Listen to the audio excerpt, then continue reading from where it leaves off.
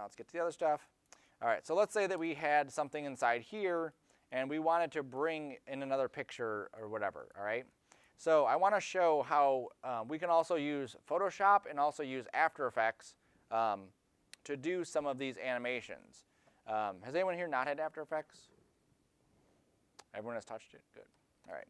So typically something like this, if I'm animating the monkey or the little Pikachu, whatever that guy is there, it may be easier for me because I'm more comfortable doing it in After Effects. It may be easier to do some kind of animation in After Effects and then bring that into here. Now the disadvantage of doing something like that is that I have to go to After Effects, do that animation, then bring it in, and then if I need to change something, then I need to go back to After Effects, change it, back to Nuke, whatever, okay? So there is that constant back and forth, but it's a workflow, okay? It's definitely something that you can get accustomed to. Some of the stuff in here, like let's just say this Pikachu type thing that I want to do. He is right here. What was that?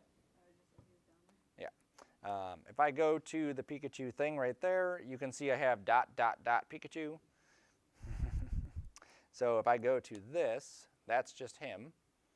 And if I go to this, those are my dots, okay? So what I'm going to do is inside here, I'm just going to animate this real quick just so you can see how I can do animations inside here. Each one of these ellipses can be animated separately, okay? So if I take the opacity down on that one, you can see how the opacity went down on just this one, not the other two. I click on that one, he has his own opacity. If I click on this one, oops, that one, he has his own, right? So if I go here and I say I'm going to set a keyframe, let's say at 100.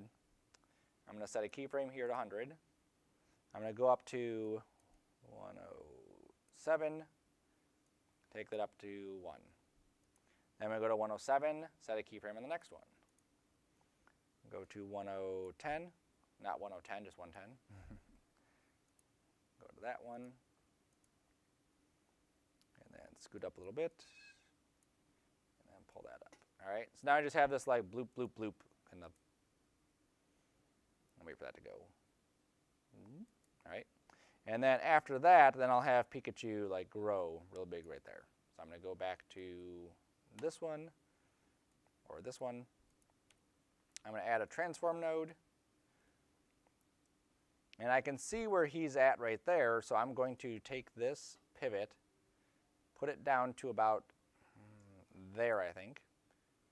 And then just scale this down. And then I'm going to go to scale and set a key, and then go to, I think that's all I need to do is scale and set a key. And then reset this back to 1. So After Effects scales would be 100%, and Nuke 1 is 100%. So just get used to that. There we go. So now if we look at what that looks like on our actual piece of footage,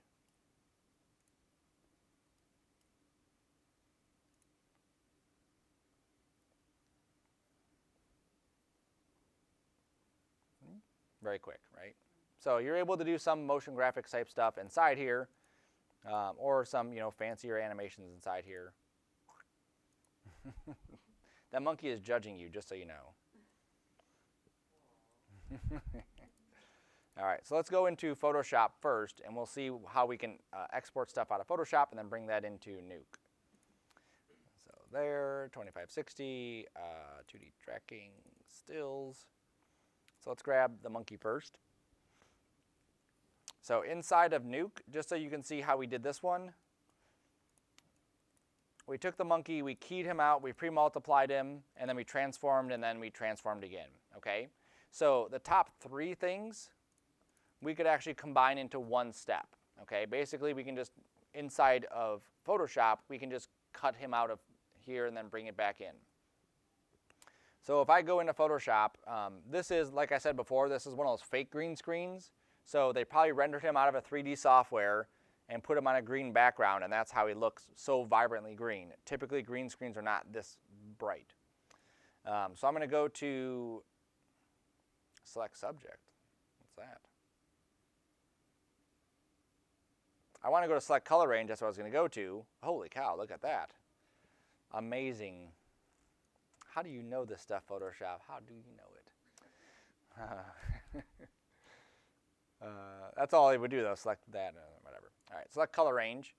So here I can click on this, and then I can play with my fuzziness slider to pull in some of that area, okay? So that's one way that I could select the monkey in here. I could also use, don't tell Deanna I did this, with the magic wand. And then that way we can shift click these areas here. We could also turn contiguous off. There it is. And that way it'll grab all the areas that are that color. And then, you know, get in here on some of these. Those are good. All right, so we'll pretend that that's good enough. Okay, cool. So now I'm going to invert it, Control-Shift-I.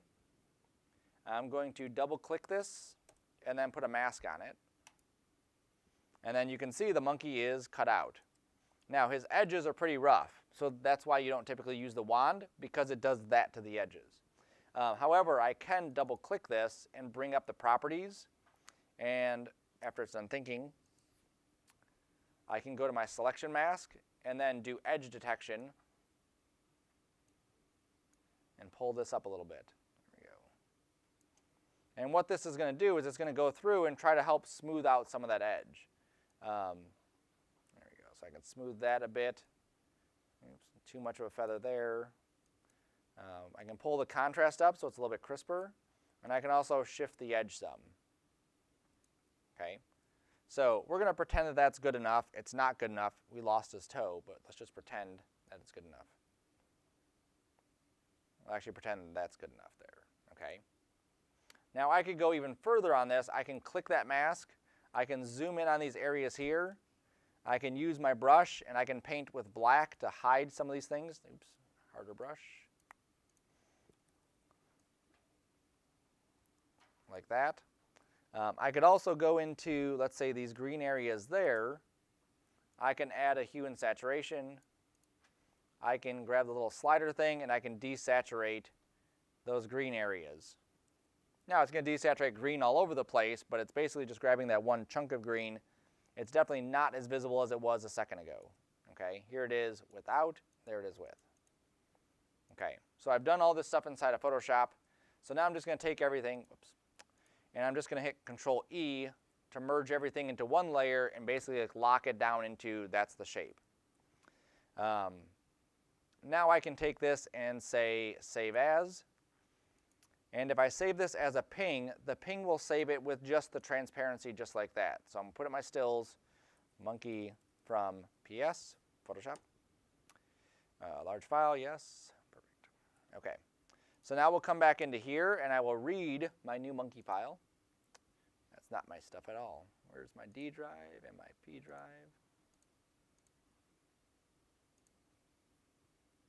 Stills, yes. Monkey from PS. Okay, so now I view the monkey here, and there he is. Now if I hit A, it automatically comes in with an alpha channel. So I don't need to worry about this one not having an alpha channel. This one automatically has it. So I just need to take this and say pre-multiply. Now I said we can get rid of all three of these, or merge all three of these into one. Let me delete that for a second. On this, you can actually click pre-multiplied, and it'll automatically pre-multiply it for you. We typically don't want to do that because we want to give someone the ability to come through and see that this has been pre-multiplied so they know that there is transparency with it. Okay, so typically we want to add that pre-mult after the fact, right? That way in case there's some adjustment they need to make, because this looks much more horrible than the other one, right? We can see these lines here, stuff down there, and we can't tweak it. Once that green screen is gone, we can't come back and start tweaking that. Oops. But in this case, you know, it's good enough for our little scene. And then I can just drop that into here, and then that should match up perfectly. I think that was the other one, right? Yep. So now he's in the same spot. You can see how far back he is too, so that might even be an issue. He's seeing some of those spots, right? But that's how we can bring it from Photoshop. Now let's go into After Effects, and we'll set up the After Effects stuff. So I'm going to make a new composition. My footage is 1280 by 720, so I want this to be 1280 by 720, okay? Whatever my frames per second are here, which I believe I set them to 30, yep. I want to make sure that this is also 30. So that way everything lines up. If I animate stuff with different frame rates, then that's not going to be, it's not going to match. So in this, I'm just going to create a little animation. Come on. There we go. So I just double click the ellipse tool, and I'm going to go to my ellipse path and make this 720 by 720. And let's add a stroke to this and scale it down just a smidge. There we go. All right. So I'm going to bring this up from 0.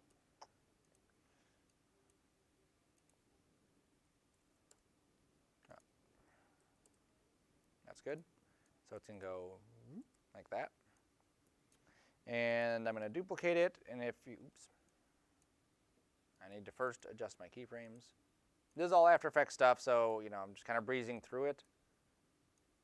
Let's say that's good. Yep. So then I can duplicate this, offset it, and then use a track mat. And if you remember from an alpha inverted track mat, there you go. So I'm going to create that little blip. Okay, so that's what we did in one of our assignments in at least my class.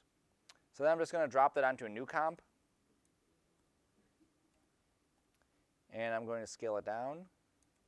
And just move this over and scale this one down, move that over.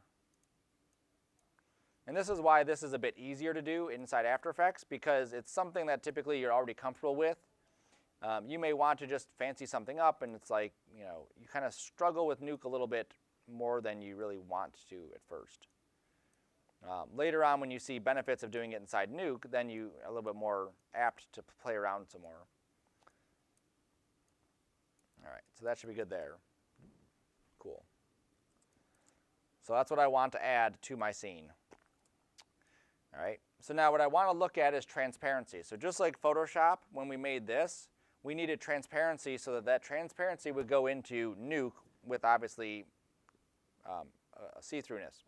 So I'm going to click on my transparent grid, and you'll see transparency, transparency, transparency. Cool. All right. So I'm going to export this out right to about there. Export, add to render queue. So there's a couple ways that you can do this. I'm going to go to lossless. In After Effects class, you would typically go to QuickTime, and you would export out QuickTime stuff, right? This case, we're going to export out a TIFF sequence or a ping sequence. The monkey I saved from Photoshop as a ping because it has embedded transparency right inside it. The TIFF, I'm going to tell it to write out the transparency. So I'm going to say I want to write out the red, green, blue, and alpha. And this should be millions of colors. And then pre-multiplied is fine because I can change that. Hit OK. And then I need to specify where this is going. So this will be inside my stills. This will be inside blips. And then this will be blips dot pound, pound, pound, pound dot TIFF. And then render. Perfect. Okay. So that takes care of rendering out of After Effects. Now let's add this into the mix somewhere. So did I? Not there. There's The folder? Okay. Well, I can live with that for a second. Yeah, I put blips. All right, let me insert my whatever those are. Yeah, just rub it in, Jenna. All right, so there's, oops. Oh, no. So there's our blips from After Effects. Okay, sweet. Cool. All right, now if we look at the alpha channel from this, you'll see that the alpha channel also came in, right? If I go in here and I merge this somewhere into the mix, let's find a spot. Let's say right here, after the monkey.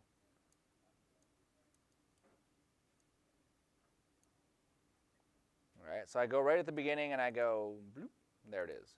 Now you'll see that this one automatically has that transparency on it because inside of After Effects I told it to pre-multiply, okay? There's a way that you can un-pre-multiply something inside here.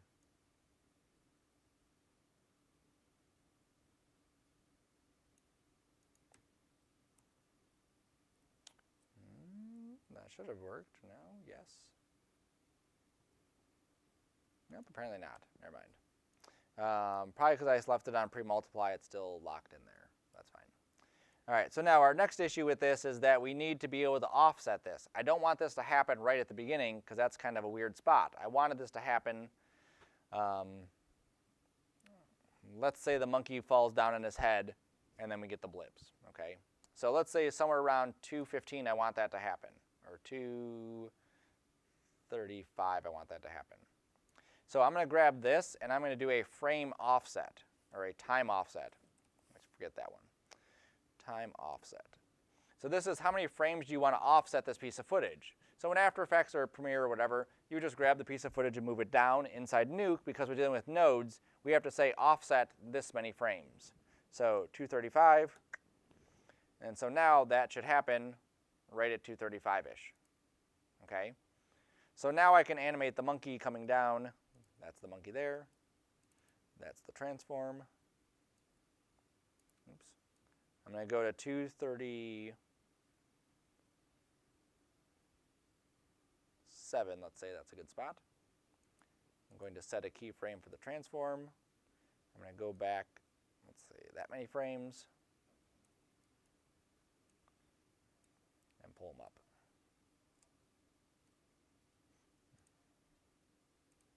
See all that, let's go right there.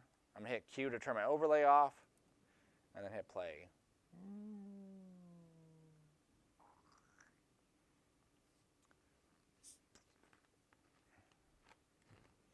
Well, it's obviously in the wrong spot too. Oops. All right, so now I'm going to go to my blips here, add a transform node, wait till they're on screen. There they are. And I need to just show the one transform node. So I always type 1 there. I don't know why it keeps resetting back to 10. So now I can resize this to fit.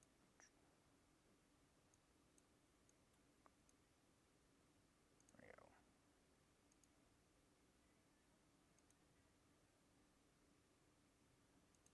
Cool.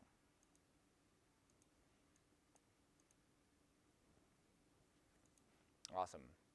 So now that's our blips, right? So now anything we would render inside of After Effects, we could do inside, or we could bring that inside of Nuke. We could even render something in 3D, render it out, and then bring that inside Nuke too.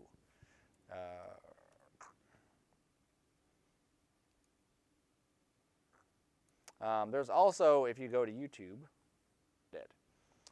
any one of these spots, you can create the asset and then bring it into Nuke to match it up and everything. This assignment, whoops, God rays, let's see that. This assignment is really about just playing with those trackers. I want to just see that you've gone through and you've created a variety of different trackers for different items inside there. We went through and played with one that was a transform one. So this one here on Jordan's hat, it just changes position, right? There's no rotation or scale or anything to it. Tracker 2, same thing. Tracker 3, same thing. Tracker 4, same thing. Which one did I do it on? 6. No? 5, there it is.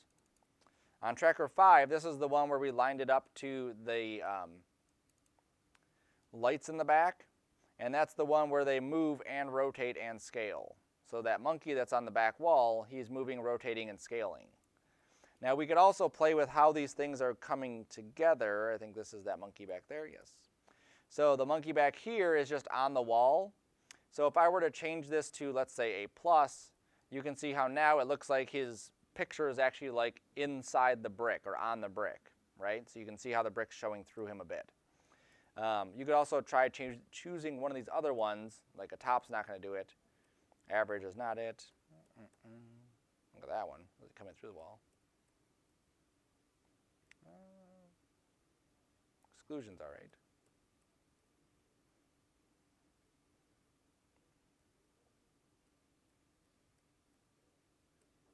Yeah, I think that +1 there's screen is going to be good enough for that.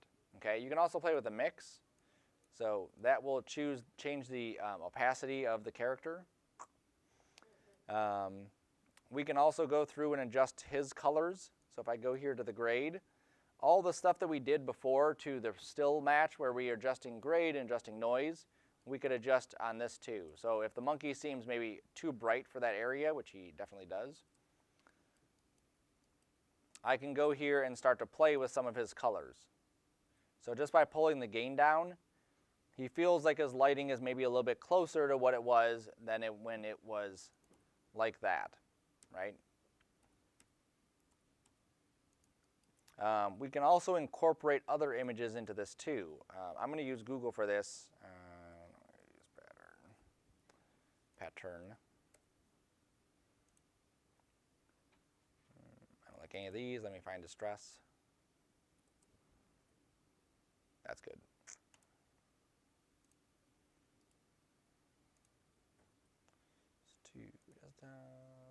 Nope.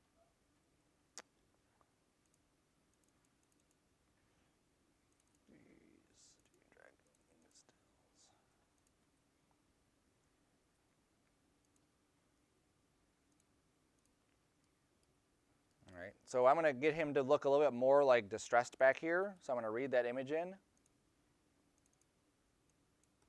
Okay, so this is a distressed wood. And what I want to do is I want to basically put the monkey alpha channel through this. So that way it actually like looks crumbly kind of thing, okay? So let me just set this here. This is the original alpha channel. I'm going to merge this one in here, and that's what that gives me. And if I look at the alpha channel for this, you'll see it looks exactly the same. Okay, so I don't want those to look the same. I'm going to, oops, that's not the right one, sorry. I want to use a copy. Nope.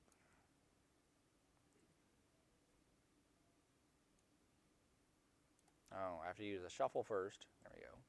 So this is a new node that you haven't played with yet. So basically I want to take my red, green, blue, and I want to use that as my alpha channel. So if I say my red channel here is going to be the alpha,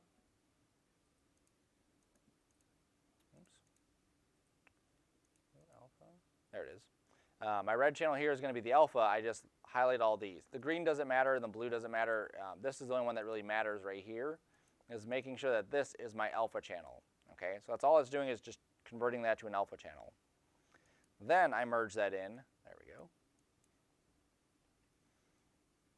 All right, so now my alpha channel looks all distressed, and then the monkey is solid white. So I'm going to change what my merge is. So right now it's an over. Basically, it's just taking my whites and putting them on top of the other whites. I want it to be actually like separate them.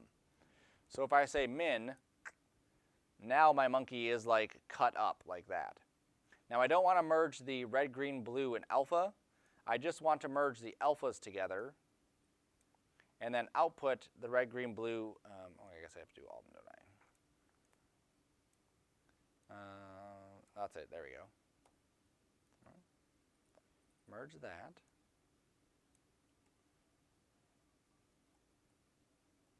That's my alpha, yes. Min, union, output. There it is, output alpha. I don't know why I had to put it on there. Okay, so now when I come to pre-mult, you'll see that he's like all cut up and stuff. So now when he goes onto that wall, instead of just being a clear image of that monkey, he's kind of like faded a little bit. And then we can play with this screen, maybe put it, oops, not to multiply, put it back to over. Maybe go into this distressed material here and play with some of the gain. And then we can kind of pull up some of that transparency a little bit so it's not fully gone. And it'll just give us that appearance that it's just a little bit more than just a monkey on the back wall like that. All right, so play with those too. Play with the different kinds of trackers, adding some extra elements in there. And then the last thing, obviously, to do is to bring it all together with some noise and other stuff. So if I add a denoise to this, and let me just view just that channel. This denoise is on the bottom here. I need to move it into an area that's pretty flat. So I don't want to move it here because there's a lamp in the way. I want to find a spot that's pretty empty. So something like this is good. There, I think that might be too much stuff. And then if we look at the before and after,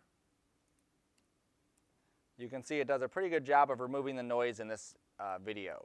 Video will have more noise, especially going from frame to frame. So that's something that, again, we have to be concerned about. The settings for this are typically good. You can play with, how much is denoising, but obviously it could really clean it up way too much. And then some of our stuff is starting to look really fake. Like you can see, we've lost a lot of detail inside these screens. And the desks look a little bit soft also. So you want to be careful with it. Typically, like I said, the defaults will work for what we're doing. Cool. All right, so there, all the noise is removed. I go to the very end of this. I add a noise, oops, not noise. I add a grain. And then that's way too much film grain. So you can play with the different presets here. That's actually a pretty good one. I may want to take the intensities down, 0.2, 0.2, 0.75. The reason that the blue is higher is because blue just seems to attract more noise in film. That's all. So we want to keep that one a little bit higher just to have a little bit more authenticity to it. That's still way too much noise. Let's take that down even more. 0.1, 0.1, 0.5. There we go. That feels a little bit better.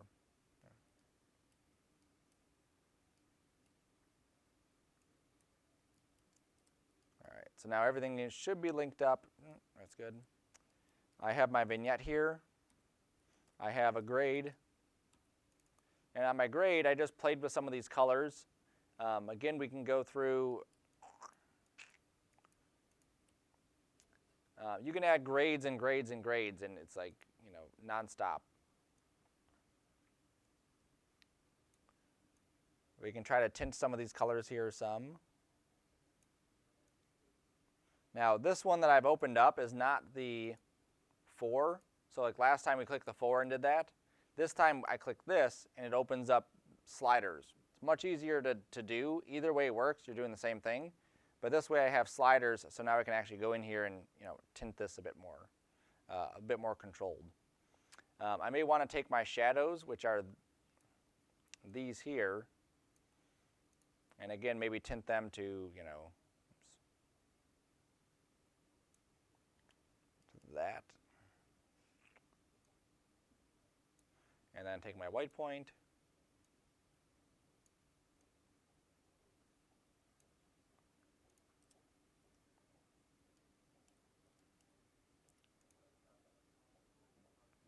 Right. So this is what we started with. It's always good to look at the before and after, make sure you're enhancing and not destroying. So there's the before and there's the after. So it looks a bit more cinematic, obviously. I didn't mean to get rid of you, Colin.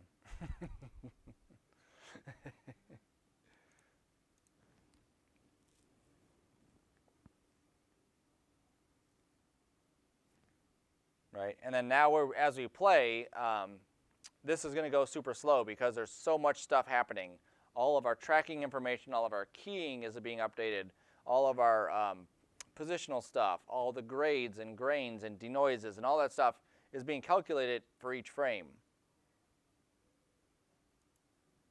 So now as we look at that, that looks pretty cool. Let's go a little bit further up. Where was it? 235, I think we had that. The blips come in. Yep, right about there. So let's hit play there.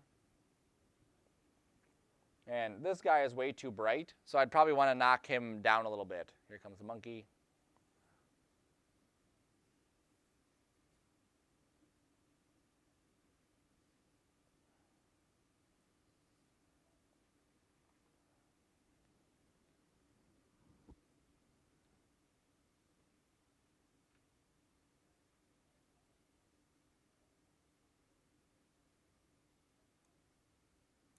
good there. Let's rewind this and play again.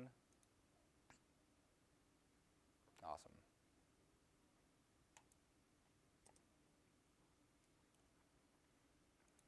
All right, cool. So then what we would do is we would go back to the end of this and we would write it out. Now I'm not going to wait for the write out to happen, but I'm just going to show you how that is going to be set up, because that's going to take a bit to do.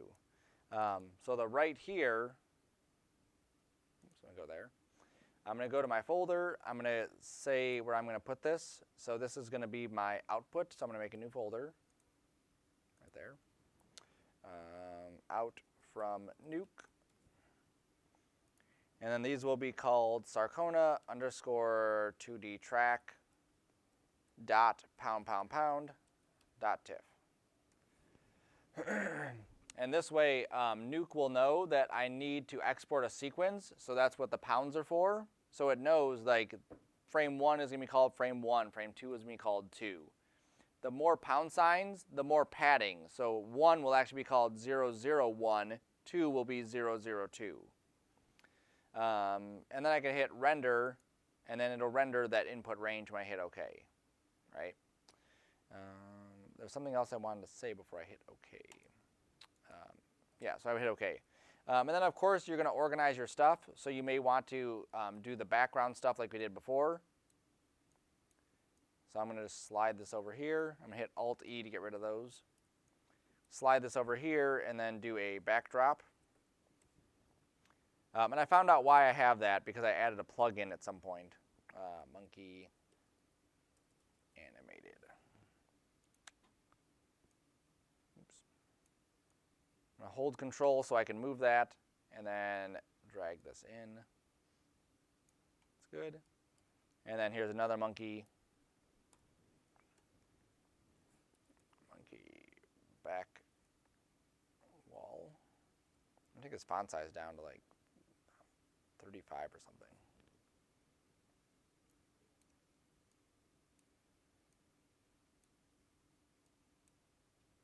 And then this should be inside that little area there. Right? So then I can go through and just organize this so that it makes more sense. And then obviously maybe color coding these would help too. So I can double click it, go to the color, and then choose a brighter color for the text. Oops. Or click the top part. There should be a spot for me to adjust that. Oh, right up here, sorry. This is the backdrop. This is the title area. So I can choose what color I want that to be.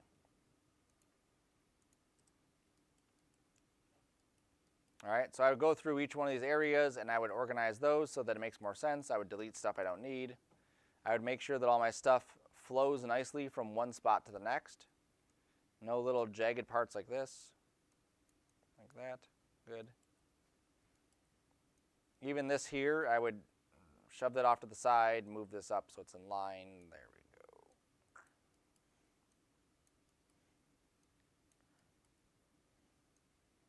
go.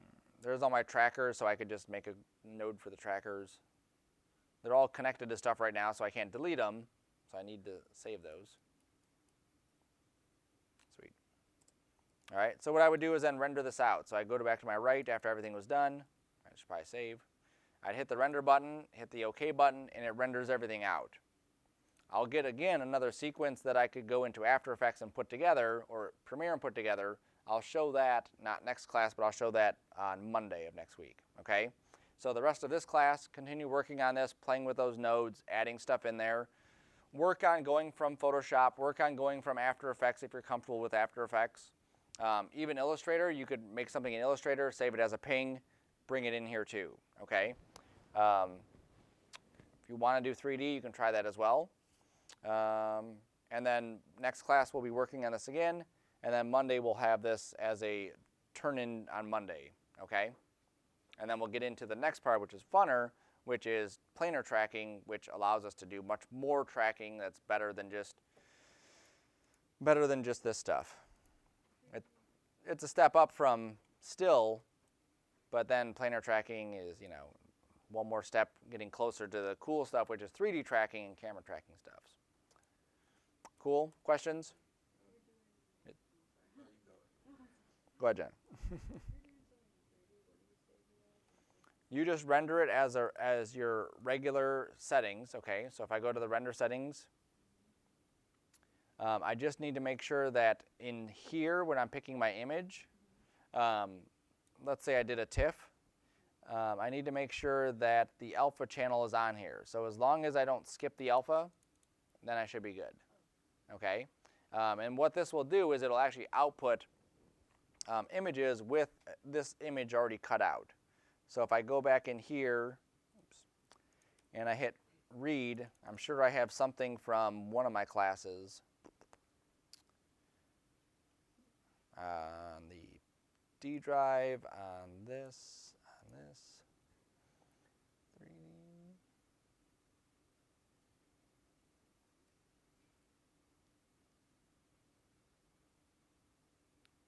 Submissions.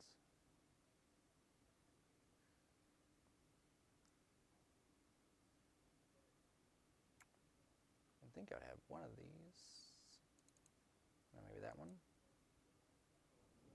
No, that one doesn't have an alpha channel. But anyway, you'll get an alpha channel when you render it out, and then you just bring it into Maya just like you'd bring in the After Effects stuff, okay? Just make sure that as you're rendering it here, don't forget the lights.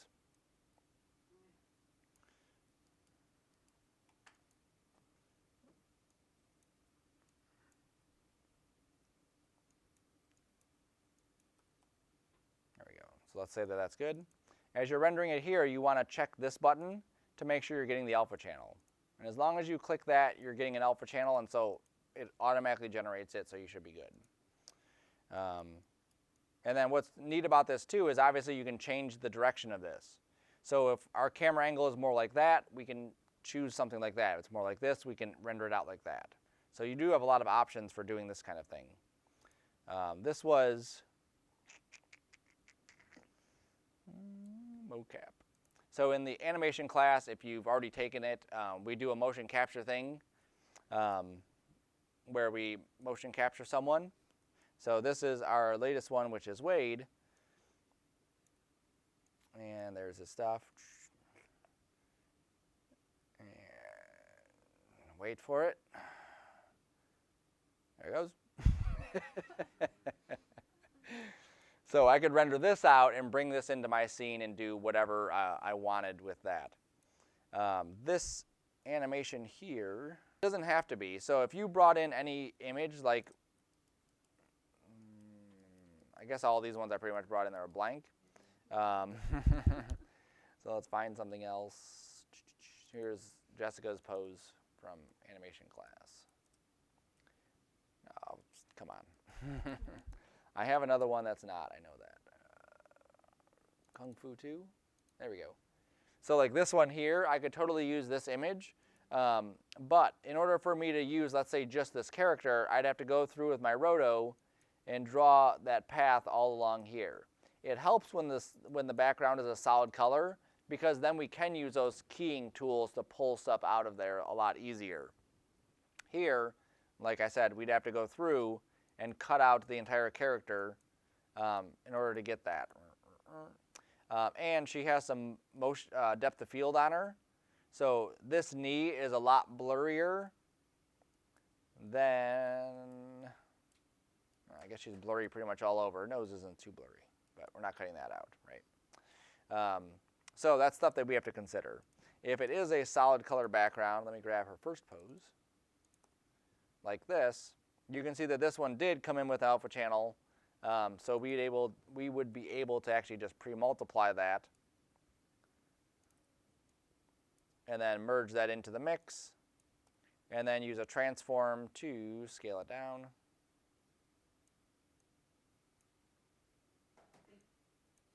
Oops.